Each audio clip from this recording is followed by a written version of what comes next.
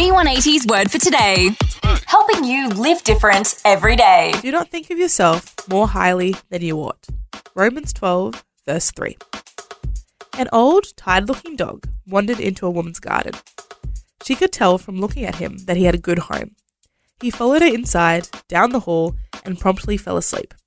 2 hours later, he went to the door and she let him out. The next day, he came back, resumed his position, and napped for a couple of hours. This went on for a week. Curious, the woman pinned this note to his collar. Every afternoon, your dog comes to my house for a nap. The next day, the dog showed up with a note that read, he lives at home with 10 children. Apparently, he needs some quiet time. Can I come with him tomorrow? If you come from a large or boisterous family, you can probably relate. Sometimes the pressures of living in a busy family environment can be overwhelming. There may be times when, like the tired dog, you think, I just can't do it anymore. I need my own space.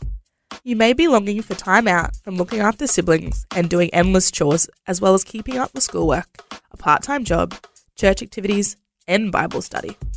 There's so much expectation to grow as a Christian and make out like you have got it all together. Instead, you may be feeling like you're failing miserably. But even if you have been able to pull all of that off, where did the expectation come from that we had to be perfect or impress others with our good works? Who made up the rules of what being a Christian is supposed to look like?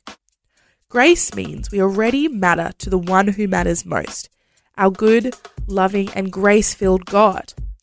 So let's drop our capes, put down our halos, retire our medals, and let ourselves be the sometimes flawed, sometimes awesome people God made us to be. In other words, try to have a reasonable understanding of your capabilities. The word for today, as featured in V180 magazine.